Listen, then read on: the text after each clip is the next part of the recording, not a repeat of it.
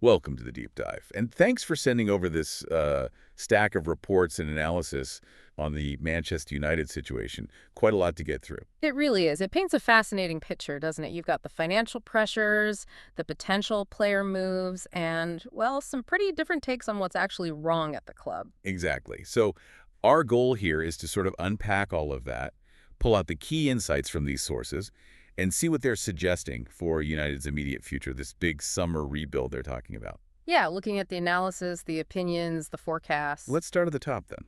The manager, Rúben Amorim.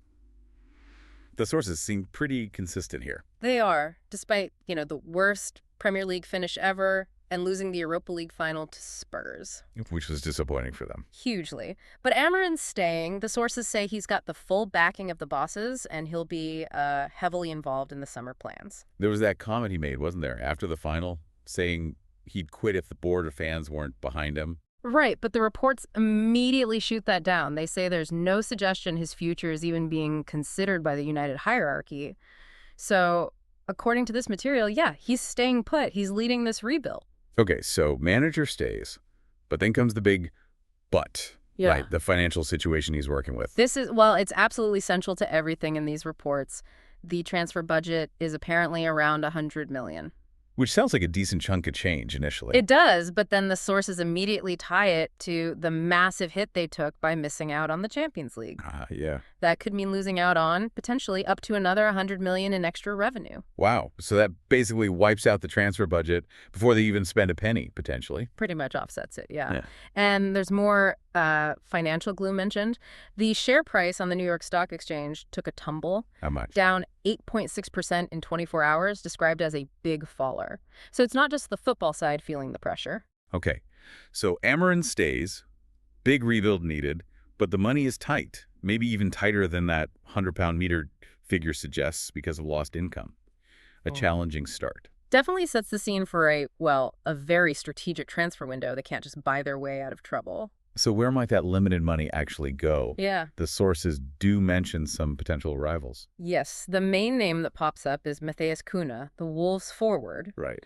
The expectation reported is that United will make the move, and they're apparently ready to trigger his release clause. Which is? $62.5 million. Oof. Okay, so that's, what, nearly two-thirds of that initial $100 million budget gone already, if that happens? Exactly. And then there's Liam Delap from Ipswich. He's mentioned as another target. And is he keen? The sources suggest he's understood to be happy to make the move, yeah. But there's a catch, isn't there? Competition. Right. The reports note he's also been linked with Newcastle and Chelsea, and they raise the question, does the lure of Champions League football elsewhere make a difference? A fair point.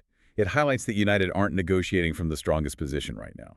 Which brings us neatly to the next big point in these sources. Sales. If they want to make any real changes beyond maybe one or two signings. That $100 million isn't going to cut it. Exactly. It needs to be topped up by sales. Simple as that, according to this analysis.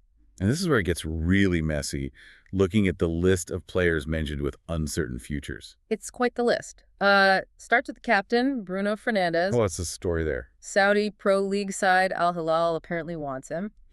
Amorim's quoted saying not for sale, but Fernandes himself reportedly said he'd leave if the club wanted to sell him. So, a bit of ambiguity there. Interesting dynamic. Who else? Alejandro Garnacho. Future described as uncertain, especially after being benched for the final. He said something like, we'll see what happens. Yeah, exactly. And the sources remind us he was linked with Chelsea and Napoli back in January, so smoke there. And Kabi Mainu. He seemed like a bright spot. He did, but he's still mentioned as having links away, even though he's got 2 years left on his contract and they're supposedly talking about a new one. The speculation, it just persists, according to these reports. Okay. What about up front? They might buy Cunha or Delap, but what about the existing strikers? Hojlund, Xerxes. Both mentioned as having struggled for goals, and there are apparently reports linking them with clubs in Italy, so potential departures there too. But the sources seem to think the most likely sales are different players. Yes, they specifically say the most likely players to be sold, though, are those out on loan right now. Makes sense. Easier to move them on, potentially less disruption. Precisely. And Marcus Rashford is named in that group. Linked where? Barcelona. Their sporting director, Decos, is apparently an admirer. Rashford himself is quoted saying he'll decide at the end of the season, but crucially, the sources highlight his desire for Champions League football. which United can't offer him next season. That's a big factor. Huge. Then there's Jadon Sancho. This one's complicated. The sources say Chelsea have an obligation to sign him from his loan, but apparently Chelsea could instead pay United £5 million not to sign him, allowing him to return to Manchester. That's unusual. Very unusual. It really is a strange situation. And Anthony out on loan at Real Betis. How's he doing? Sources say he's been in great form, so they'll need to make a call on him too. Plus, you've got the standard end-of-contract departures, right? Yep, Christian Eriksen and Victor Lindelof, both expected to leave when their deals expire next month. Adds to the churn. So, yeah. As the sources put it, Sir Jim Ratcliffe, overseeing football operations now, has a lot to consider.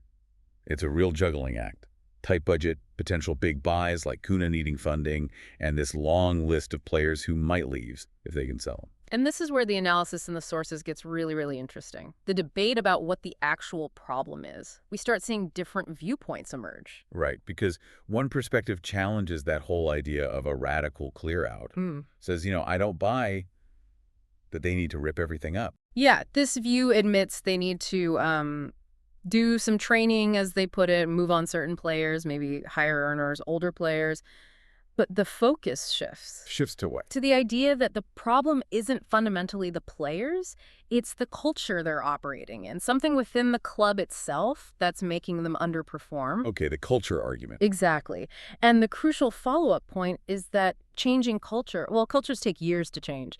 So this perspective really urges realism. You can't just flick a switch with a few transfers. And they back this up with examples. They do. The sources point to players who've left United recently and are now doing well elsewhere. Scott McTominay at Napoli, Aaron Wan-Bissaka doing okay at West Ham, Anthony's form at Betis, even a slightly odd mention of Rashford at Aston Villa.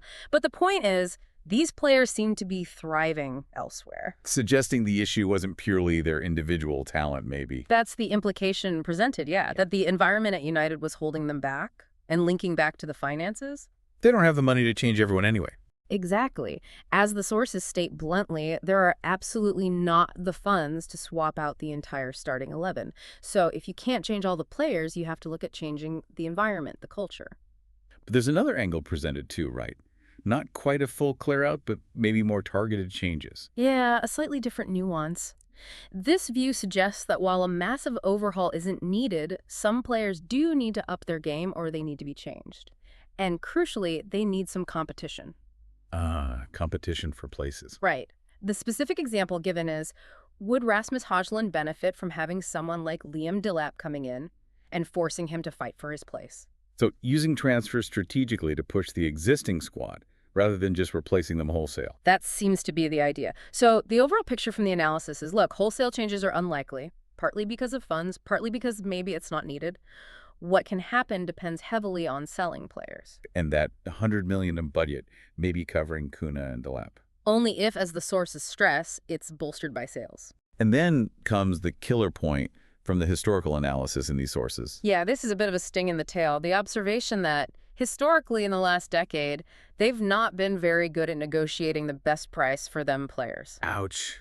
So even if they identify players to sell and find clubs interested. Their track record, according to these sources, suggests getting top dollar to really boost that budget might be, well, a challenge. That's a major concern flagged here. Okay, so let's try and pull these threads together from the sources.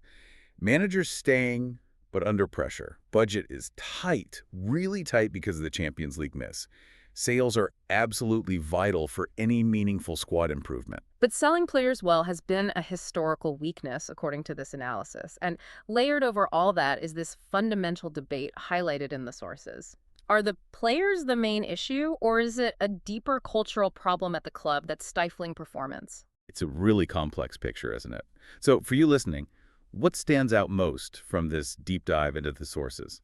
Is it the financial tightropes they're walking, the uncertainty around big names like Fernandes or Rashford, or this whole debate about culture versus personnel? Yeah, there are definitely no easy answers presented here. The sources really lay bare the scale of the challenge. So to recap the key takeaways, Amorim stays, budget limited, sales critical but historically difficult, and this core debate about players versus culture. That sums it up pretty well based on the material we looked at. All right, here's a final thought to leave you with, building on that analysis in the sources. If the argument holds true, that the core problem is cultural and that takes years to fix, how much difference can even a successful summer transfer window realistically make to performance next season? Can a few new signings truly shift the needle if the underlying environment remains the same? Definitely something to ponder as we watch this summer unfold. Thanks again for providing all this material for us to dig into.